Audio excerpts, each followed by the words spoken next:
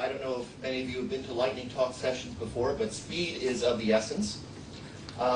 First off, I'd like to thank our lightning speakers, since at the end things tend to get a little crazy at a lightning session. This is also my warning to the speakers of this is the order you are in.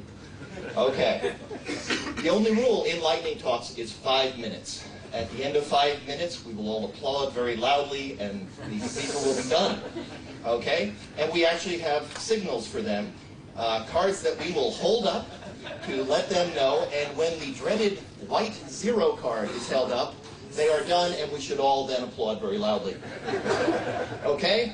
And the main thing here is to listen. We will make all of these slides available after the conference. Okay, let's get going. Dan North from ThoughtWorks on getting lean. Thank you. Hello, I'm Dan North from ThoughtWorks. I didn't want to be at a conference and not hear the sound of my own voice. Okay, so I want to talk about secondary effects of test automation. We're getting very excited about test automation. The obvious effects are things like your tests run repeatedly. You don't forget to do them, or you don't forget to do the boring ones once they're automated. What I'm interested in is the options and the behavioural changes you get as a secondary effect of that automation. So we're on a schedule. I've got 5 minutes, 10 slides, 3 things to talk about, 2 acknowledgements, and 1 shameless plug. But that was slide 2, so we're on slide 3, which says 7 at the bottom. Okay, I can't count. So first things, 3 things to talk about. First thing, there are 3 types of lean with different objectives. So lean isn't a single thing. Lean is like a set of principles of which there are 3 different types of practices, and then there's various implementations of those practices. I'll explain what I mean in a second. Software delivery involves at least 2 of them. The reason I've underlined the word delivery is it's not just about, thank you, Paul, that's not intimidating at all. So delivery, stay with me guys. Delivery isn't, software isn't delivered until someone's had an idea turned into working production software. So I'm not talking about the programming and the testing bit, I'm talking about the whole pipeline. That involves at least 2 of them. Test automation allows you to use lean principles, that's the third point, tying the first 2 together. And that's what I mean by secondary effects. Okay, first point, there's 3 types of lean. It's all about eliminating waste. We've all heard about lean manufacturing, all those things. Lean is about eliminating waste, but there's more. So there's also things that you're trying, there's metrics that you're aiming for. So in lean manufacturing, which is like the Toyota car plants, it's about minimising variance. Car, broken car, that's wrong, okay? Lean product design is about maximising discovery. New thing, same thing, that's wrong. Okay, so it's a slightly different focus. And that's why when hybrid cars came out, Honda were the first to market, Toyota has stolen the market. Whoa, 3. And then lean supply is what we now call supply chain management, optimising throughput. Software delivery involves at least 2 of these. Running tests and deploying software, like creating the software, is a running tests and deploying software is a production process. That's lean manufacturing. Writing software, actually creating it and defining the test, is a creative process. That sounds like lean product design. There's actually a whole bunch of work around trying to make that manufacturing, that's a bit broken. I'll come back to lean supply in a minute, or 30 seconds. So, what are the primary effects of test automation? It's quicker, it's less boring, TM. Your smart testers can get on with smart testing, we like that, all the exploratory stuff. Secondary effects of test automation, regression testing is automated. Every test you write is immediately a regression test because you can rerun it. Changes can be verified faster. I go from changing, checking in the code, running automated tests, hooray, I know whether it worked or not. Integration testing is automated, so releasing software is easier. All these things together mean test automation allows us to use lean principles. 2, I'm going to be ahead of this is fantastic. So, going back to the earlier slide, writing software, creating software and tests is lean product design. So with automation I can discover things more frequently. That was the metric I was trying to increase. Testing and deploying software is lean manufacturing. Automated tests don't vary. Test. It's the same suite every time. I'm just adding stuff to it. Automated deployment is deterministic. It's the same set of rules that happened last time. So that means I can frequently release high-value software, which is great. Earlier ROI, great. More responsive to business needs. Just-in-time analysis and testing. I get concurrent stuff going on. So I do my analysis just ahead of my coding, just ahead of my testing, and I'm ready to release that stuff. Suddenly I've got lean supply. I've got supply chain management of my software delivery process. And that's kind of what I wanted to say. So I've got 2 people to thank. Mary Poppendick, she's written loads of this stuff. She's just got a new book out, which I'm going to plug, so it's fantastic. Implementing lean software development from concept to cash. And a guy called Robin Gibson at ThoughtWorks, who did all this stuff in Keynote, and I made it ugly. So, well, shameless plug. So this is me to you guys. Are you moving in this direction? Are you looking at the lean approach, the agile approach to your software delivery, and using test automation to achieve that? Do you want to be better at it? Come and talk to me. Got time for half a question. I'm done.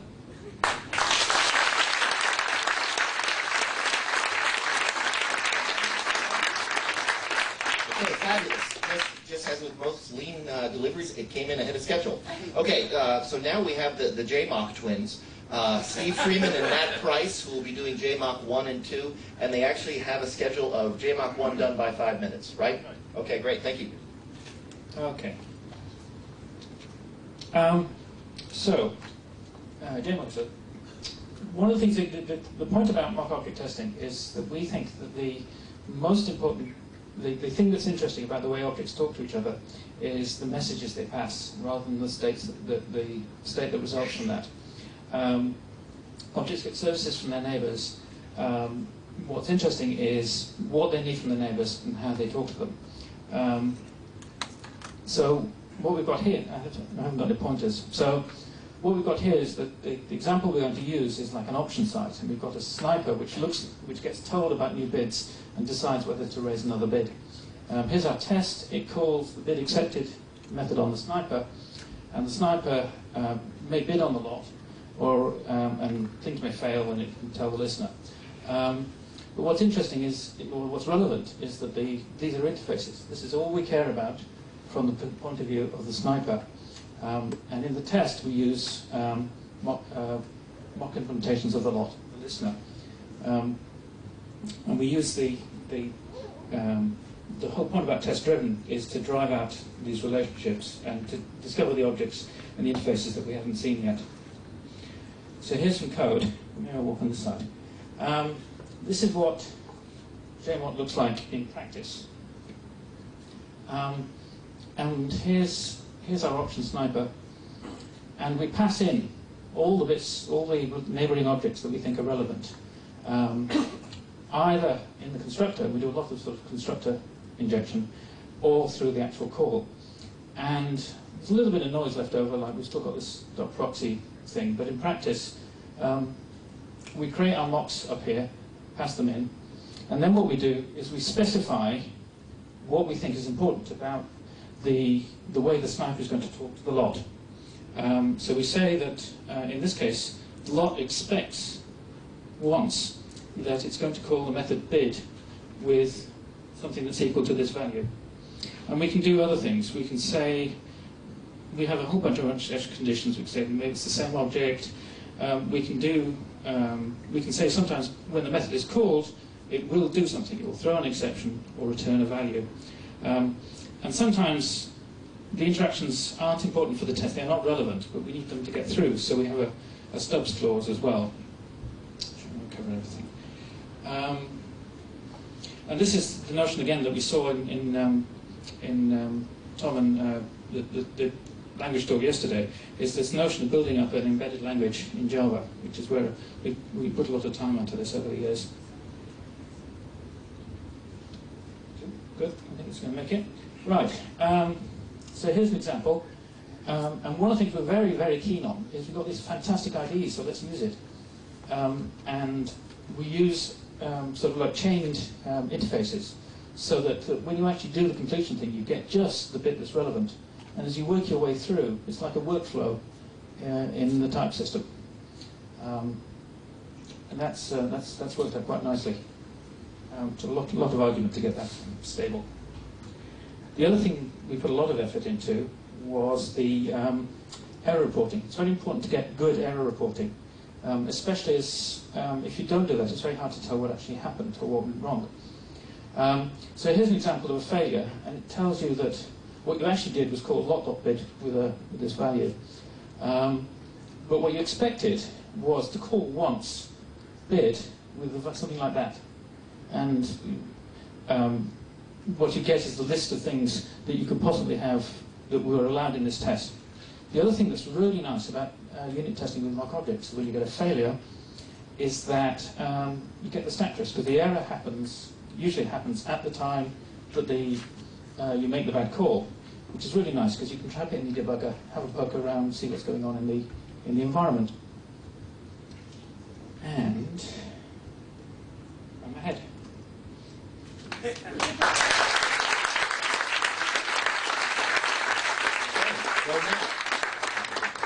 Thank you.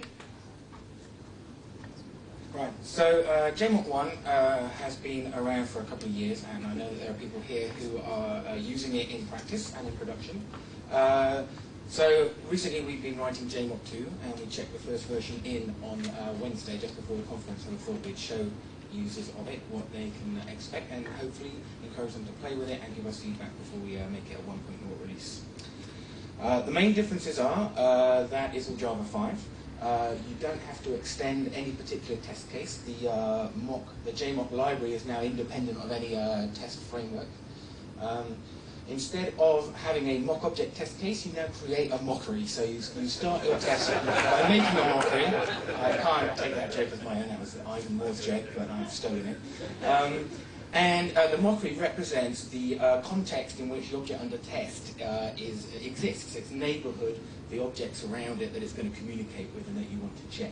So the mockery is responsible for creating mock versions of these neighboring objects, and also for testing that they are being invoked correctly by the object under test. So you can see that at the top of the test, after creating the mockery, we then create some mock objects by asking the mockery to create them, and they come back as the type of object that we actually want. So we don't have any mock class, we don't have any proxies, all that mess. It looks just like the object that you would expect to see in production, but it's a fake version. We then create our auction sniper, passing in those objects that are being faked for us, and the code is now much nicer, easier to read. And then we create, in our actual test code, we then have to tell the context what to test, what expectations to test. And we do that by actually writing some cardinality constraints to say how many of these things do we want to happen, and then by actually making a call to a method of the mock object and passing in some parameters that we want to be equal. Okay. So here we say we want exactly one call to the listener of that method with those arguments. We can also say that pass in some constraints to weaken the constraints. We don't just want equal values. We can pass in anything of that type, for example, here. Allow is like stubs in JMOC 1, just allows any calls or none or whatever. And we then say whether these expectations have to happen in order or in any order, and we can mix and match those ordering constraints, say, by nesting them. So we can say some things happen in order, and some things can then happen in any order inside that, and then inside that, some things happen in order, and so on. Finally, we poke the object to see what it does, and then test that it actually did it. That's it, really.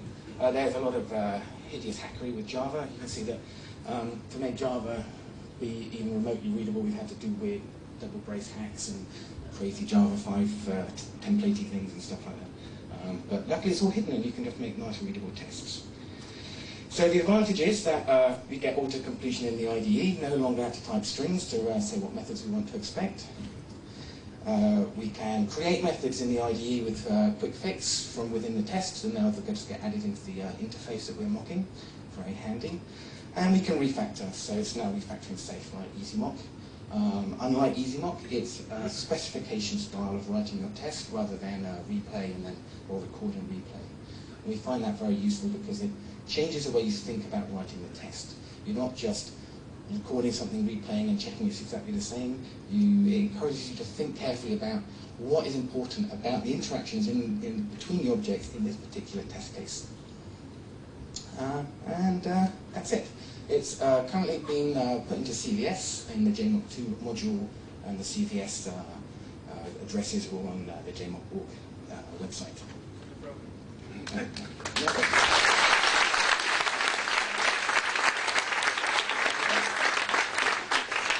Okay, and Christine Newman from Progressive Insurance. Right, so we're here to talk about getting more money for your projects today. Well, the first thing I'd like you to do is forget about thinking about ways that will give you less money for your projects. So if you've ever had any of these thoughts, like it's so obvious that test automation is a good thing, it's really not obvious to everyone, and certainly not obvious to anyone outside of IT. My management knows the ROI of test automation. They don't necessarily know the ROI of test automation. Or if you've ever thought, hey, I just built this, it's not my job to sell it to accounting. Also, please eliminate that thought. Let's look at how you can get more money for your projects. I'm going to suggest to you that your test automation project, however fantastic it is not really complete until you've rolled your own reporting, your test automation report outs that would come out of it. And what should be in these report outs? I would say quantify the value of your automated testing. A little bit of a challenge compared to how you might have thought about doing that. But first of all, I'll tell you as a hint, the answer always has to be in the form of a number. That's how you quantify the value of something. And second hint, it's almost never going to be the number of tests that you executed. That doesn't convey to an accountant what the value of your test automation was. And quite frankly, number of defects probably isn't going to help an accountant understand that either. Because remember, the back end of every project is a budget, and behind that budget is a bean counter, and that bean counter somewhere has to be convinced that he should send more beans your way. So here's a couple ideas. Look at how many production problems did you prevent. And remember, if you found a bug or you created a brand new test case that didn't exist before, that's a production problem that didn't happen, right? So that's a problem you prevented. How many risks did you mitigate? And categorize them by severity. How many high risks? How many high, medium, low risks did you prevent? And how many labor hours did you save in the process? If this were going to be manually tested, how many labor hours would have been spent on that? And given an average billing rate, that's a pretty easy number to come up with in terms of dollars saved. And then what percentage of did you increase your coverage by, your test coverage by? This list can go on and on. This is just barely scratching the surface. You could easily talk to your manager and ask that very question. What would help you sell this to accounting? What would really compel accounting to that this is worthwhile doing? So after the conference, you can certainly email me, but I truly hope you'll join in the Google post-conference blog and share your own ideas. I know you've all had successes at this, and some have had failures. I think this is a huge area of opportunity for us in developing test automation tools. We've got some fantastic things. We've seen just amazing things in these past couple days. Now we just have to translate that into terms that accountants can understand. So thank you.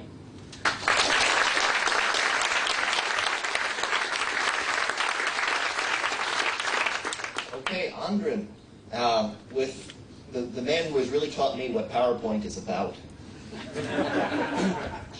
So, as you said, I'm Andrin. I am in Alan's team. I work at Google. I'm doing an internship at the moment. And when I first started my internship, a number struck me. Alan came to me and said, we have a problem. That's my only slide. 8,500 different user agents. And we have no idea what they're capable of and what they're not capable of. So we have a tool called the transcoder. You can take your mobile phone out, do a Google search, and if you click on a result, it shows you the website, and it's optimized for your phone. So let's make an example. We take a 4 square feet website like CNN.com, and we want to put it on a 1 square inch display. That's kind of hard if you don't know what you can show on this display. Does this display show JPEG images? Is this display even maybe capable of showing some JavaScript? So the big thing is you want to build a database where you store all the capabilities of all these mobile user agents. So there is a thing called Wurfel out there, and Wurfel has all these capabilities stored by user agent. The problem with Wurfel is an open source project. Everybody can contribute to it, and because of that, the quality is not very high. Plus, not everything we want to know is defined in Wurfel. So some dude says, okay, this capability goes in there, and this capability does not go in there. So we wanted to extend Wurfel and make it more accurate and better, so it actually contains the stuff we want. In order to do that, we create a few test sources to get input and see what's better data and collect data. I'm going to present you around 5 input sources. They're from manual to fully automated. most of the time, you cannot fully automate the whole thing because you have no ability to control the phone remotely.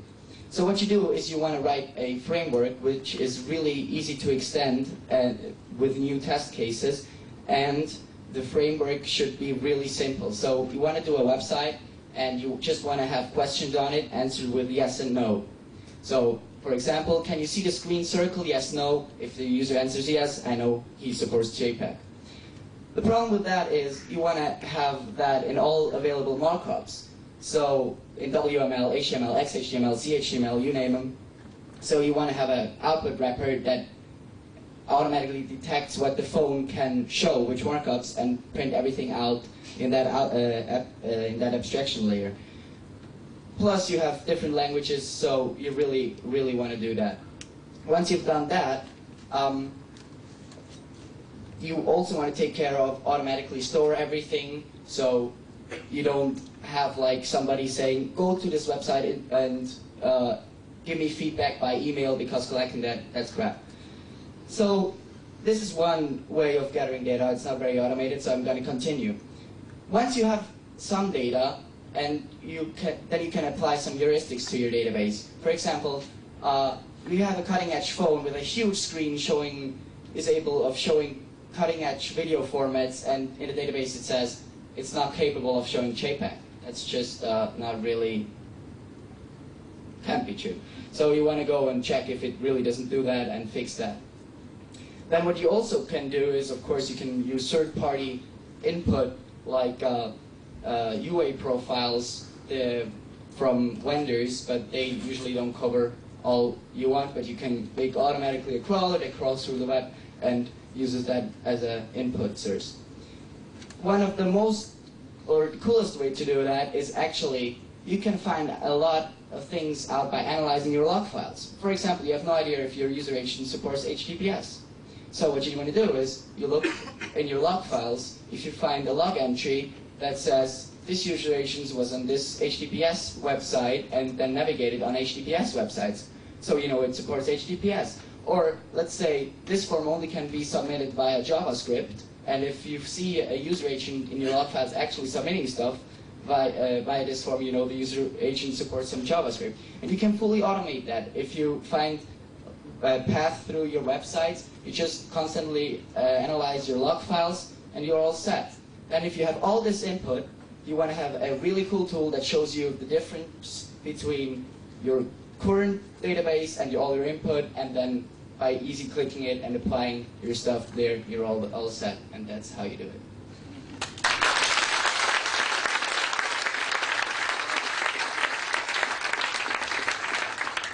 Okay, testing heresies. Ade, please. Hi, I'm Ade. I'm from some agile company you may have heard of. My talk's very short. It's basically 5 heresies in 5 minutes. We'll pause. Be shocked. Okay, so what we're basically going to do is we're going to talk about some things which are usually considered very, very bad. And I'm going to point out there are some circumstances where actually they're very, very good and actually quite valuable. So, take the, let's take them in random order because my cards have got randomized. Okay, so take the bottom one. Make the users test the system. That's horrible. I mean, what kind of company would put out software in beta, and make users test it? So what I actually meant was that you go to your actual logs where people actually use your application, and there you have real people using your system with real input in real ways, and then you convert those logs into tests. So if your logs are the main meaningful, you can use them as the basis for a debugger session, for example. So you go, well, with these inputs, that stuff happens. Easy to put into your debugger if you set up your logs properly. It also means you can do performance tests from this, and it avoids the problem of, well, my performance tests are realistic. It's based on real data, not a problem anymore. It also solves the whole problem of smoke tests or acceptance tests, where people have made stuff up, but they're not as complicated as reality. That goes away completely. We've used this in a couple of places, Pryce in financial instruments, and a reporting system at a retail company you may have heard of, called Dixon's. Okay, doing, random order again. Mutation testing. You may have heard of this. The basic idea is your tests stay the same. We have a little program that changes your actual code and runs your test. If I change the code but the test pass, then your tests are bad. Unfortunately, it's usually considered impractical and academic because it's computationally expensive.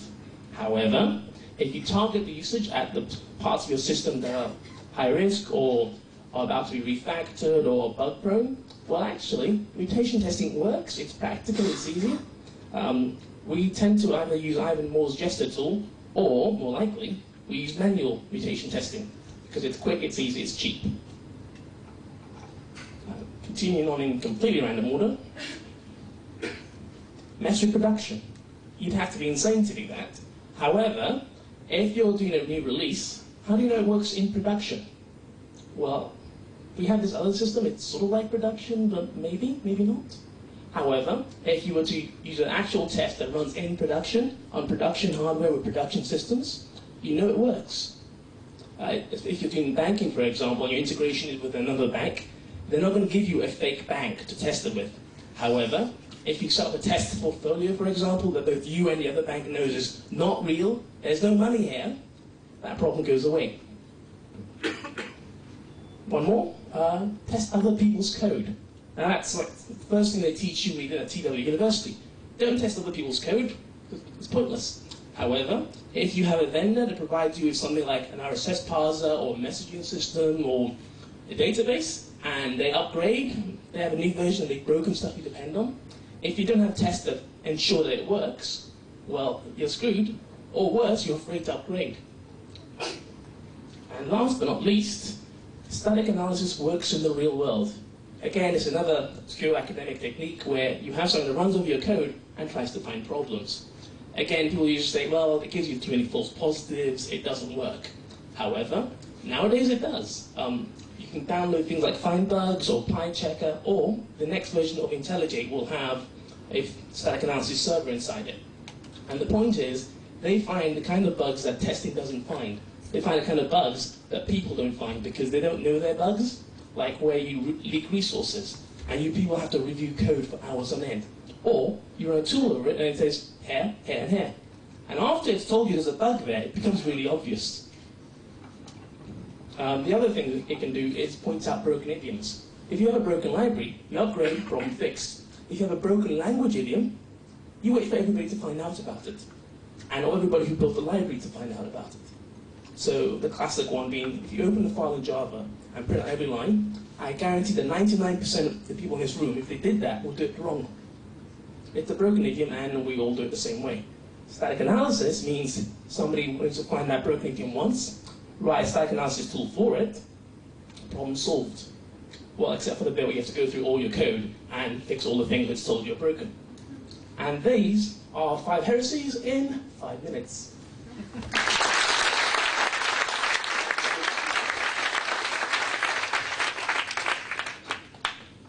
Thank you. Okay, Timur. This is using up your time.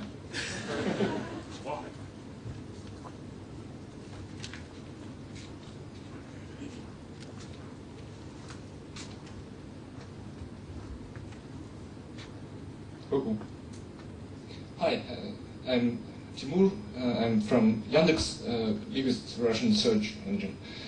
First of all, I want to thank Garanka for a spectacular story of performance testing.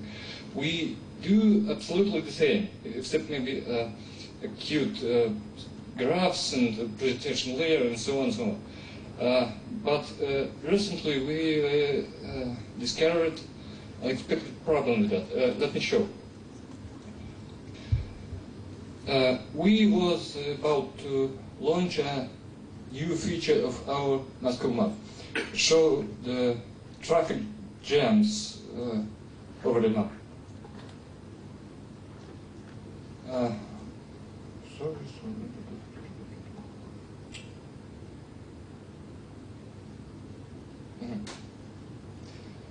We did all the performance testing. Everything was just good, and we just announced the feature to the internal mailing list. And within 5 minutes, we got a swarm of emails saying that project is working incredibly slowly. But our monitoring shows nothing, all the tests shows nothing. We started the investigation and discovered what happened.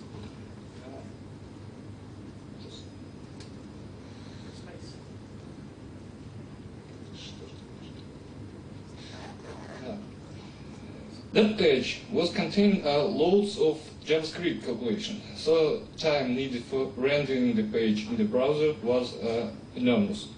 So JavaScript was promptly refactored to reduce the time, and the project was launched successfully. So for the summary, I can suggest measure not only the time between the moment when first byte of request has sent and the moment when last byte of answer was received, but at the time required to the all JavaScript rendering and all anything what happens inside the browser and the client side, especially if you are expecting users with old crappy computers. That is. Questions? Thank you.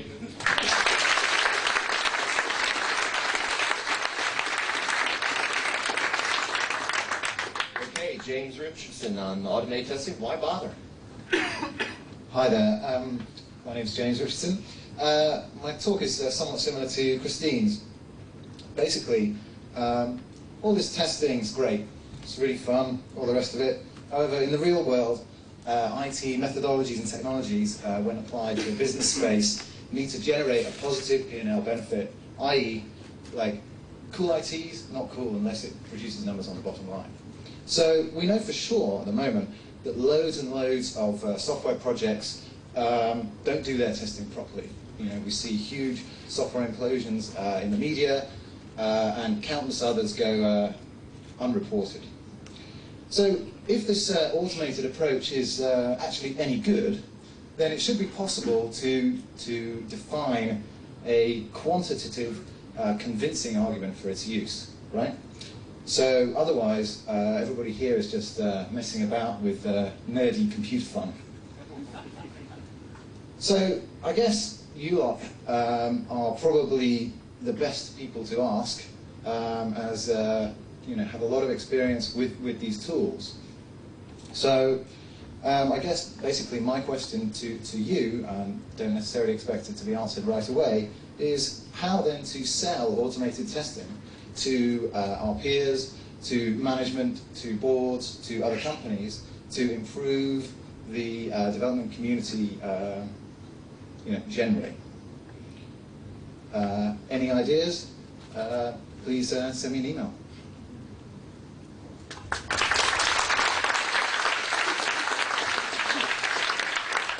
Excellent. Okay, James. My name is James Lyndsay. I'm a test strategist, which means that when it comes to doing things with testing that involve thinking about what you're going to plan and how you're going to plan it, sometimes I have something useful to say. Never mind. At this kind of conference, I'm confronted with a different group of people than I'm in my normal line of work as a test strategist. Most of you guys can spell Perl. However, I can test for emergent behaviors, and we'll come to that in a moment. One of the problems that I see very strongly, that perhaps you guys, being able to see Perl, will see less strongly, and you may heckle, is that I believe strongly that some tests have to be manual. You may hiss and boo. Ooh, thank you. Now, the problem with some tests being manual, is that some testers engage in manual testing because they're not very good. Some testers engage in manual testing because they are good. Some testers recognize that there are issues with doing everything in an automated way. In particular, when you look at surprises, emergent behaviors, things that turn up that you do not expect. The other thing about manual testers is, saving all those of you who have no testers, most of you probably have manual testers somewhere in that production stream. Somewhere sitting after you is a tester that uses, well, if not their hands, then let's hope their mind. They use themselves to observe what's going on, not simply to trigger, but also to observe those problems. So as I've sat through these last 2 excellent days, I've looked at various things that I use as a manual exploratory tester, an observation-focused tester, when I'm not doing automated testing. And I've got a big list, and you might find that list there. It went up this afternoon. It may still be up by tomorrow, depends how hacked I get. Thank you to those of you who are competent at hacking. First thing, using snippets of code.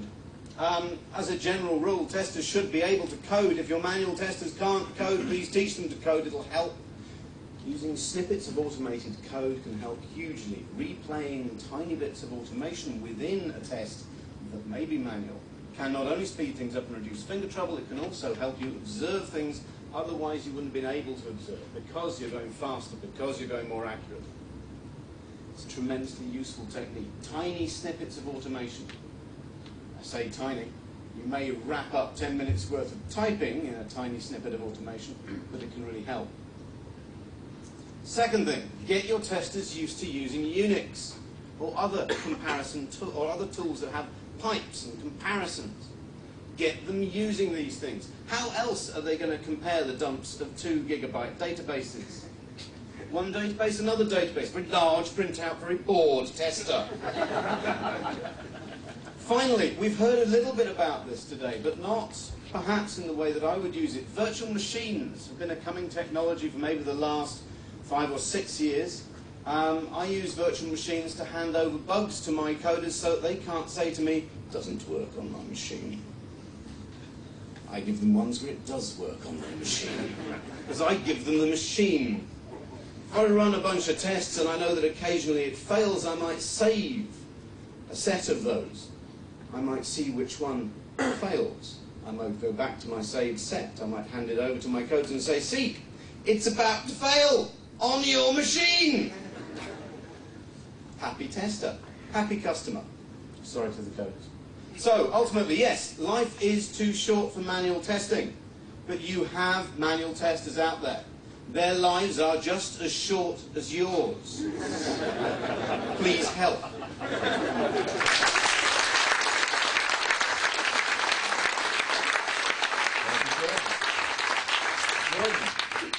Where'd you go? There, okay. So coming into this, my perspective is a little different from a lot of you. First off, we don't do web applications. We're not doing things that are living on the web. We're doing client-server applications that are used within hospitals and medical organizations. Second, we're highly regulated because our products can kill people. We control linear accelerators that deliver radiation therapy, for example. That's one of the things we do. So that's my perspective coming in. So what I have identified is that most testing strategies that people put together have single points of failure. That means that if it gets past that gate, it's getting out into the world. And it came to my mind that we need to figure out how to solve this problem. This problem is very much similar to what you see with security, where they do defense in depth, or what NATO did during the Cold War, where they defended against a Russian invasion in depth. They had fallback positions. They knew that, yeah, they might get past this gate, but we'll get them here. And if we don't get them there, we'll get them here. So the question I'm posing to you is, how do we solve this problem? How do we drive a way so that our test strategies don't have these single points of failure? Here's some ideas.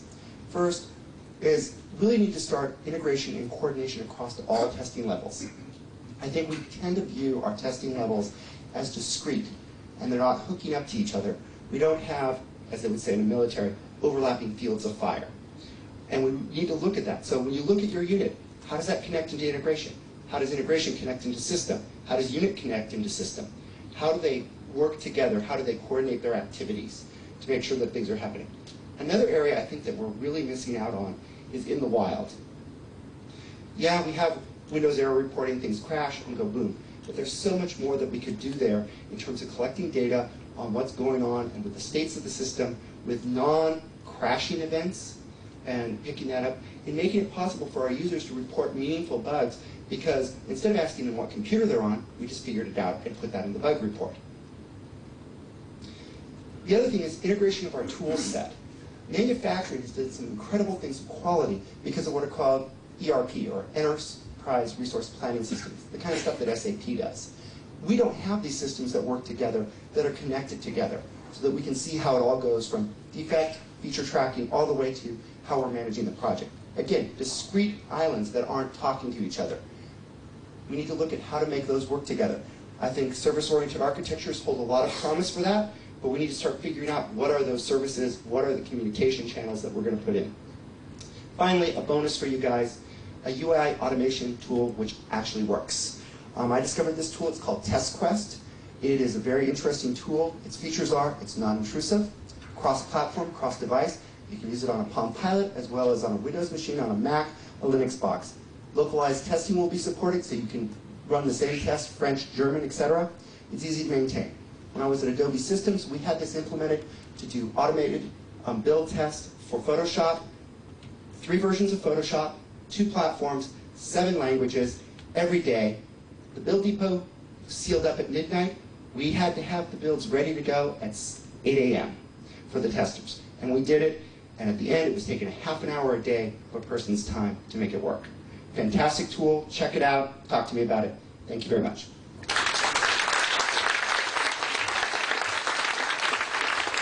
Thank you. Okay, and there is his contact information. And finishing us off, Ovid. You know, I'm so tempted to sit up here for about 3 minutes and not say a word just to see if I can beat the time anyway. My name's Curtis Ovid Poe. I'm with the Perl Foundation. We're kind of like the Mozilla Foundation, except we're smaller, poorer, and people laugh at us. See? So, I'm reading on a QA list about this guy. He's complaining about his code. His code happened to seg fault. But he had tests to find out why. Guess what his GUI did? Yep, his GUI went bye-bye along with all of his code. This annoys developers. So what you really want to do is you want to decouple things.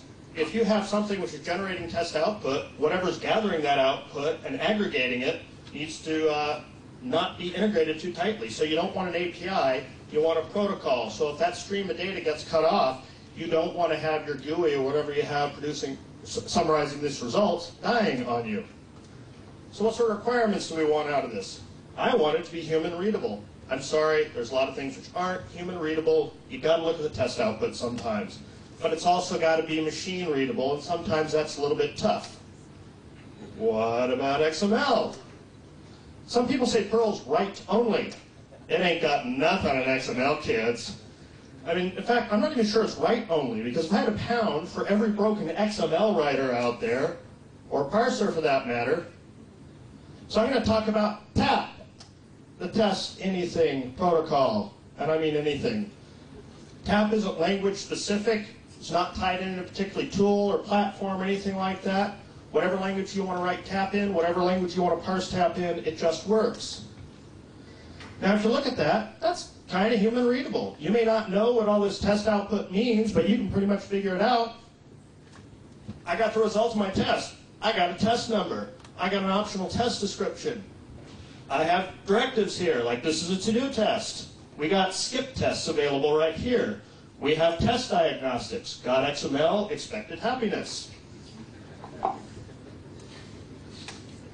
It's also machine readable. That's a pretty simple grammar right there. Nice, simple. And it's mostly line-oriented. You know what that means? You don't have to wait for well-formed XML to get your results back. You can see your results continuously streaming at you while TAP's being spit out. We have implementations in Perl, and I've seen it for C. It's called LiveTap. We've got it for PHP. A lot of PHP testing tools now optionally output TAP. It's available for Python. I've seen implementations for Ruby. JavaScript has Test Simple. Even one for PostgreSQL just popped up a few days ago. Now this is driven by the Perl QA team, and that's a big bucket of suck. We need your help. Why? because this is being ported to a lot of other languages, and we need to know what you folks need. We got blinders on. We know what our needs are. We don't know what your needs are. So if you want to help, you can go out to the Perl QA list, which I conveniently put up there because I thought about that ahead of time, or you can email me, ovid@cpan.org, and we need to create a language agnostic list so we can solve your problems without them being tied to Perl specifically. Thank you very much.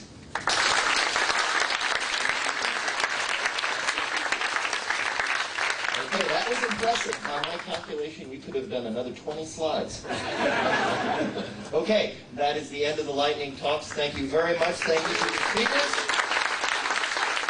And please, a round of applause for Veronica, who actually had the time over here for us.